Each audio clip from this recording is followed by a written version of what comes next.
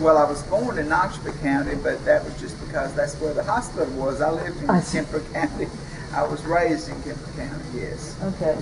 Yeah, you just got a new hospital here in Oh, I know it is wonderful. Yeah. Let me begin with just asking you, in your own words, when you hear the word diabetes, what do you think of?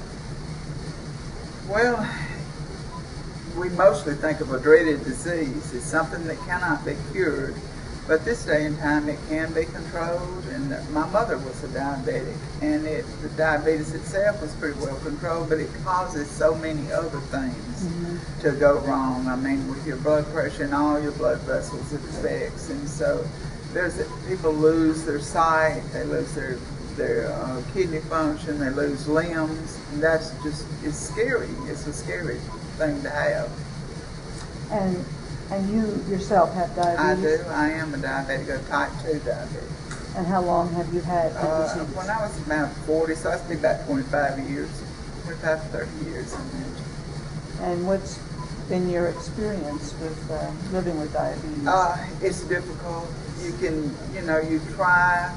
You've got to count carbs, all the food that you can't eat. But if you think about it, you can. People don't realize you can eat pretty much what you want to. It's the amounts and how much of that you eat a day. You got to think about each meal or whatever. And it's just something you got to be aware of at all times. And of course, everybody usually has a meter of their own now to check their blood sugars and find out how their meals affect them or whatever. But it's difficult because you do have to keep from eating certain things that you would love to eat, that you were brought up to eat. So. And how's your blood glucose control? Is it pretty Mine good? is controlled pretty well. Now, another thing that people don't realize, I guess, if you get sick otherwise, you can have a real bad cold or whatever, and it's going to affect your blood pressure, sugar. It's going to make it go up or whatever, or down. And you have to be careful about that, too. So the doctor often? Do you go to the doctor often, regularly? Well, about every 3 to 6 months. It depends on, what's going on with me, because I have a few other issues like high blood pressure, and they look like diabetes and high blood pressure go hand in hand to me. I think it does. And I have high blood pressure, so especially if I go one time and there's something a little off, they make me come back, more often or whatever. But I find when I do what I need to do, it's regulated. Does it pretty well? Yeah. What do you think causes diabetes? A lot of it is just hereditary. I'm not sure when I remember when I was a child, your parents, whatever, if you don't quit eating so much sugar, you're going to become a diabetic. But I do know that doesn't happen. If it's not in your genes or whatever, you're not going to be a diabetic with all the sugar you eat. So a lot of it is hereditary. Okay. And you have diabetes in your family? Oh, yes. I have a lot of diabetes in my family. My mother was a diabetic, my grandmother was a diabetic, and then it runs on back in aunts and uncles and or whatever. But it was always type 2 diabetes, not juvenile. Do you think that there are risk factors in the community, things that might cause diabetes in the community? Probably so. I mean, Mississippi is probably one of the poorest states in the country, and then Kemper County is probably one of the poorest counties in Mississippi. And it's the way that the poor eat, really. They eat the cheaper foods, and they eat the beans and the potatoes and the rice, and all of those foods are the carbohydrates that turn to sugar when you eat it. So I think that has a lot to do with it. And of course, when I was being brought up in the South, it's got a lot to do with it. Because people think you can't go to anybody's house or go to any function unless you're eating. I mean, that's just a Southern thing, I guess. And when I was a child, my grandmother would cook a meal. She didn't cook like one meat and a couple of vegetables or a salad, where she had to have 2 or 3 meats, 2 or 3 desserts, and just a table full of food. And if you didn't eat, you just was sick or something was wrong with you. Thinking back to when you were a child, what kinds of differences do you see in the lifestyle today and what you remember from your younger days? People eat a lot more fast food or whatever. I mean, you didn't do that back then. You just ate, you cooked at home and that's what you eat. But people go out a lot now. They eat a lot of fast food, and of course fast food is probably one of the worst things we can eat or whatever. But you see a lot more of that. That probably makes it worse. And more mothers work now. They used to be in the homes and used to be there to cook the meals, and they're not anymore. So that's another thing that I think affects it. What about activity? Oh, people sit on the couch a whole lot more than they used to. I remember as kids, we were outside and glad to be outside every day. Kids don't do that anymore. They play the games and they watch the TV and that kind of thing. So how do you think we could get back some of the old ways that were good? I don't know that we'd ever get back to the old ways, but you have to start when they're young. The children, teaching them they need to be outside and maybe not allowing them to watch so much television or the games. And there'd be a time for that, but just not all the time. But that goes back to both parents working too, and children are, they don't want them running out in the streets or outside. They want them in the house or whatever. The latchkey thing, I think that's another thing that causes it. And children, when they watch TV and all, they want something to snack on. They want to eat. So they're going to do a lot of that. So do you have grandchildren? No, I don't. I never married and do not have any children. Okay, all right. Nieces and nephews? Oh, I've got plenty of nieces and nephews. What do you see in their behavior? There's a few, some of them that are the same thing. They love those video games and they love to sit in front of the TV, and they've never been outside and played a whole lot. I do come from brothers that were real active and played all kind of sports, so that, some of my nephews and all are like that now. But it's not as much of it as it used to be. Yeah. What roles do you think that family plays in giving support to individuals that have diabetes? They shouldn't be pushing them to eat, and that's another thing. And you need to think about, they may want, and if you're going to have guests or a family in your home that are diabetics, you kind of prepare for them instead of, you just be a little bit more thoughtful for them, I think, because you can't just fix it, and if you're pushing it to them and they want it, they probably would eat it. So you're the woman of the house? Well, kind of, yeah. So I would try to think about somebody. If I've got family coming to visit me, I'm going to think, oh, they're diabetic, so I better not fix that dessert. I better fix another kind. And there's so many things now that you can do. You can fix sugar-free, and there's other ways to cook instead of like it used to be. So speaking of cooking, all right, in general, it seems to be something that people do less of. They do. I mean, most people do. I love to cook, always have, and but I'm finding new ways to cook. I mean, all the fried stuff we don't eat anymore, and we do use a lot of sugar substitutes, less oil or whatever, and you think about the healthy oils like the olive oil and the canola oil and this kind of thing. We don't use the other kinds anymore, so that helps. But that's just from learning, Do you get much activity, physical activity? Well, I haven't lately. I used to walk a lot, but I have a knee that I can't. I'm coming up with surgery next month. And I'm really hoping that after that's done that I will be able to get out and walk again, because walking is one of the easiest, doesn't cost you anything, and one of the easiest things you can do, and it's a really good thing for diabetes. I found when I was walking, it did help my blood sugar bring it down a lot.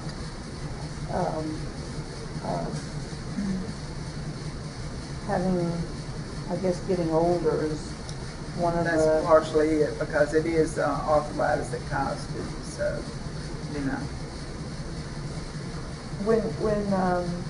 When a person has diabetes, do you think there are things that people in the neighborhood or the community could or should do to sort of these supports or help people with diabetes? I guess some of the, some communities have the food support. They take like Meals on Wheels and this kind of thing. They should take that into considerations. And maybe some of the senior citizens places they have for senior citizens to go, they need to think about some kind of exercise or something they can do for that. And the meals they serve, both things together. Kemper County is pretty rural. It is. So are there places that people can go and walk or be active? There is a few places. Now, over where I live, we have the community college there. And so that's a good place. They've got, it's a safe place and a good place for them to walk. Like walking out on country roads, I think you would have to know, where you were walking or whatever. And somebody that's older, you want even ground or whatever. Mm-hmm. You don't want somebody to fall and be there for a while. That's another thing. But like the CAB has a senior citizen center, and that's a good place for people to go. But cities, of course, Kemper County, we can't talk about that, but they go to malls or whatever to walk, but they're just not that. You have to look, if you've got a small park or any kind of pavement or whatever, it's really better to walk there because gravel roads and things you might fall if it's uneven ground. Whatever. I noticed as I was that driving. probably makes it more difficult. Sure. I noticed as I was driving today over how many farms there are. Oh yeah, it is. So do a lot of the people here still farm? They do, and if they're not farming in a big way or whatever, most of them still raise their own food or whatever. Most of them have animals, have cows or whatever. Even into their older years they do, as long as they can, because it's a way of life in this area and whatever. So do you have a garden? Oh yes, we have a garden. I do live with my sister and my brother-in-law, and he has that big garden, so we put up our own vegetables and everything, which is a help, because it's hard to get fresh things. You can go to the store and buy frozen or whatever, it's still not like the fresh. Now, I know there's a grocery store here in DeKalb. It is. Is there others? That is the closest grocery store to us in Scuba. You could go to Meridian or whatever, but that's further away than DeKalb is. And how many miles? It's about 12 miles to DeKalb, where it would be about 37 to 40 miles to Meridian or anywhere else. So this is the closest place. And that probably makes it hard for senior citizens, but I'm sure they have some transit systems, some buses or something, vans or whatever, that they do take some of them. There where you live in Scuba, is there a store where you can buy groceries at all? All we have is where maybe you can get a loaf of bread and some milk, very little things, no vegetables or anything like that, because all it's going to be is a service station with a little fast place. That would be all. That makes it just a little bit more expensive too. It makes it a whole lot more expensive, because with them not selling any more than they do, it's just the prices are really, really high. And even in DeKalb, here they're still higher than they are in cities or whatever. I've noticed that. I've gone and looked, and I can see that it's a whole lot higher. What kinds of things do you think that a school might do to prevent diabetes, to help prevent diabetes in young people? Well, if they could keep young people from becoming overweight, even if you've got it in your family, sometimes you don't get it until you're 40 or whatever, and keeping the weight down and continue to get the exercise, and maybe teaching them classes where they know what the right thing is to eat. And some kids don't know. There's so many overweight children now, and it's because they have no exercise and they are not taught to eat the right things. They just eat what they want to eat. So when you get out in the community, do you see many? Oh yeah. There are quite a few young people, and it's really sad to see a real young child, because it means so many things for them. They'll be picked on and a lot of different other things other than their health. It's really bad. So how do we help the families make some changes too? Education, I think, is one of the main things. If they know before it's too late that what they've done or whatever, what they've caused or what would keep them from being that way, maybe that would make a lot of differences. It's still difficult for some people though that have to work every day and they leave their kids more, when they get a little bit older where they can stay by themselves, then they do what they want to do. And they need to be just really taught, really educated what it can do to them. Where do people work in Kemper County? They usually go out of the county. There's very few jobs around. There's just a few things. And of course the college has quite a few jobs to offer. But they have to go to Meridian or somewhere else, Columbus, or over in Alabama or whatever, because we live close to Alabama. But there's other places you got to drive about 40 miles to find a job. So that could mean that people actually are doing their shopping where they work at. That's exactly right. They probably do most of it before they come home, because there is no place, once they get back home. So they're not even spending their money in the county? No, they're not. No, they're not. They are, it makes it easier for them, whatever they're shopping for, and that does, it hurts our taxes really bad. Of course, there's not a whole lot it's good to shop for, but there's things that you can do. Even gas or whatever, they're going to buy it out of the county. And everything's cheaper, even the gas is cheaper out of the county. But they're going to do it because they're there. And I used to be guilty of, when I was working, I did everything I had to do before I come home because I didn't want to leave again after you get home. After you've worked all day, you don't want to. Exactly. So you get it on your way home. And speaking of workplaces, there's not many big workplaces here. But do you have any ideas about what workplaces could do to help people improve their health a little bit? Some workplaces nowadays are having a education program for people that work with them, and they're offering exercise programs.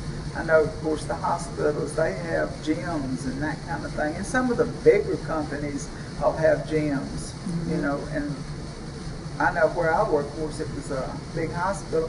They had a walking track, and people could go on their lunch hour or whatever and walk.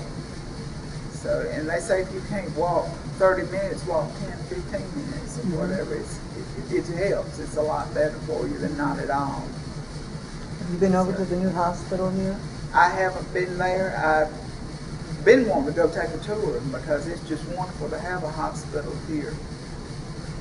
And even when you go over there, you can go over there and eat now. So maybe, they got healthier meals for people if they want to eat out or whatever than going to a fast food place, which we don't have many of them either. But like all of the service stations where they got the fried chicken and they can make you a hamburger, but it's not anything as far as calories taken into consideration when they make it, whatever.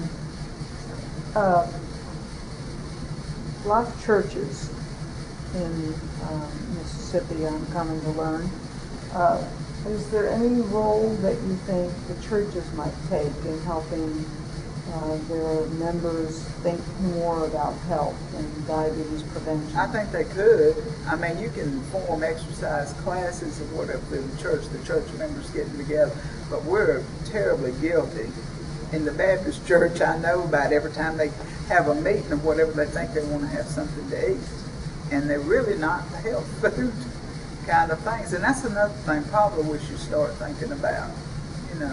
If you're not, and a lot of people, most of the people around school are older people. They're not a whole lot of young people because they leave as soon as they get old enough to go to work somewhere or whatever. And they eat the wrong things. We take the wrong things to the church to eat. But we could do exercise classes. We're always going to visit our older people that are shut in or whatever, and we can help them in some respects, I think. Do you think that ministers, pastors locally would be open to thinking more or talking more about including health? I don't know. That would be hard to say. They may, say or think that, well, that's not my job. You know, my job is the soul and not their body, but it all works together. And it, you know, I don't know if they would or not. Is there a ministerial association here in It is Kemper? in Kemper County. It is like a Baptist Association or Methodist or whatever. They have the associations. Yeah, they do. But that is something that maybe needs to be talked about or whatever. It seems like it could be one way to reach. Yeah, because the churches are in a small area, always a good thing to help things in the community or whatever. And that would be a good thing probably to talk about. Do you belong to any groups? I belong to the Homemakers Club. Homemaker here Yes. with Extension? Yes, I do. And so that you kind of focus on health a little bit sometimes? Some, and like the preserving our own foods and that kind of thing, which is healthy. What about, does the community have farmers market? We definitely don't, and I wish we did. That's one thing that I wish we did. You would think that they could support one. I mean, in the county, in one place anyway, like the Kemper or whatever. And I think they used to have it, but they just don't have it anymore. I don't know if the farmers don't, want to participate or what. There's not a co-op, farmers co-op that you know about? Not that I know of, and I do know that they don't have a farmer's market. Most cities, whatever does, but I don't think Kemper does anymore. They used to at one time. I want to talk to you just a little bit because you told me you were a nurse. Okay. And so just a couple things. As a nurse, you're retired now, am I correct?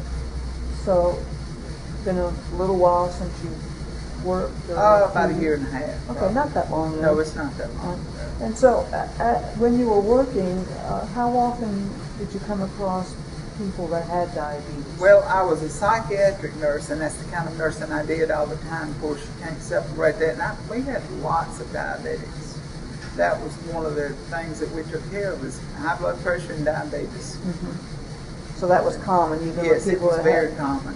Yeah, and how well do you think that folks that you came in contact with understood how to take care of their disease? I honestly don't think there were very many. There were a few, but because of the type of population that I worked with, the psychiatric patients, and I worked in a psychiatric hospital, so that's another thing.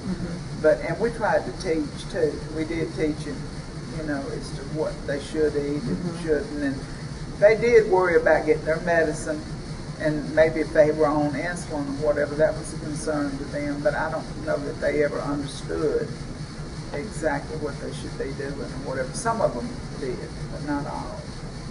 One of the things that I've kind of observed is that with type 1 diabetes, we tend to include family. Right. But with type 2, we tend to not necessarily include family. Do you have any thoughts about that? They should be included, I think. I think it should be, and I think at times we did try to. I know I've talked to family members about it when they would come to visit some of our patients that we had. I have talked several times. In fact, because one reason I had one bad diabetic, that when I say bad diabetic, it might be difficult to hold him, but he was very uncontrolled. And he would go home and they would just let him have whatever he wanted, and he didn't understand the ramifications of it. So I would talk to them and try to get them to understand what they needed to have for it, and not just let him have everything that he wanted. And sometimes that helped. Sometimes they would come and visit and they'd bring all the wrong things, and then we would try to give them a list or give them some ideas as what they could bring for them that they could enjoy, but it still would be so against their disease. It's hard to change people's ways. It is very, very hard when they've been doing the same things for years. Yeah, I found that out with myself. It's hard to change habits, and it's just a fact that you have to change your eating habits and your lifestyle. How do you think it's the best to support someone to do that? maybe you got to do it in a kind of loving way to talk to them and tell them, you don't want to just tell them you can't do this and you can't do that. You have to be understanding and give them some material, something they can look at, or cases of things that have happened to other people where they've lost limbs and lost their eyesight, and let them realize that this was why they did. And sometimes that helps. But sometimes they just don't know, and they've got to be educated. So, education is one of the big things. I think it is. I think it's one of the big things. If you take a small place like this, I guess it's not as many places to be educated. Doctors' offices do that, and they give pamphlets on diabetes and that kind of thing, but it's still hard. So who can do it? I guess people in the community that are maybe any of the home health nurses, that kind of thing, but any of us that belong to some clubs or whatever, even the homemakers club, we take food to people that are shut in and that kind of thing, and I don't see anything wrong with us talking to them if they're diabetics. Mm-hmm. Or maybe you can always go to the Diabetes Association and get pamphlets or whatever and take to them, read material or whatever. You're retired, and more people are getting older.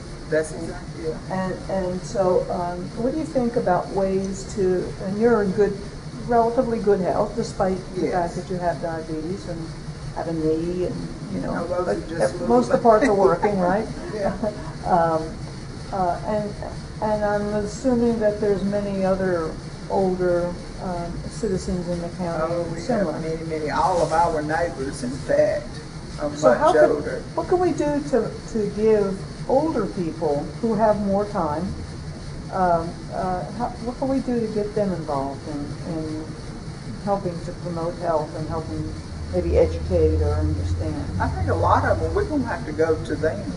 I mean, if we have that opportunity, and it is our responsibility to help others, to serve others, I think that's one of our responsibilities, and I think we need to go to them, people that are shut in and don't have that opportunity to get out. Of course, some of them they have to go to their doctors, and their doctors, I'm sure, are giving them pamphlets and are talking to them about it. I have a blind neighbor that is blind because she was bad diabetic, and I go every week and draw her insulin up because she cannot see, and I've devised a way to put like her syringes that was drawn up for the morning and one for the afternoon, and I have fixed a system where she can, she's proven to me that she can take her own and that she does it the way I do it, which I just wasn't sure she was getting the right medicine. I just feel like it's my duty to do that.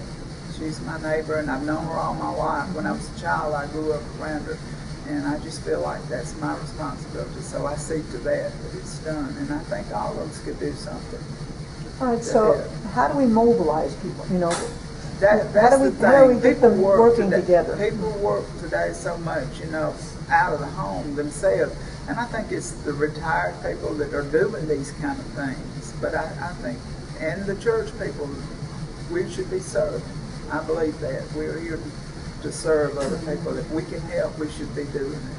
Mm-hmm. And I just feel like that's part of my duty to do that, and I'm going to do it wherever I can.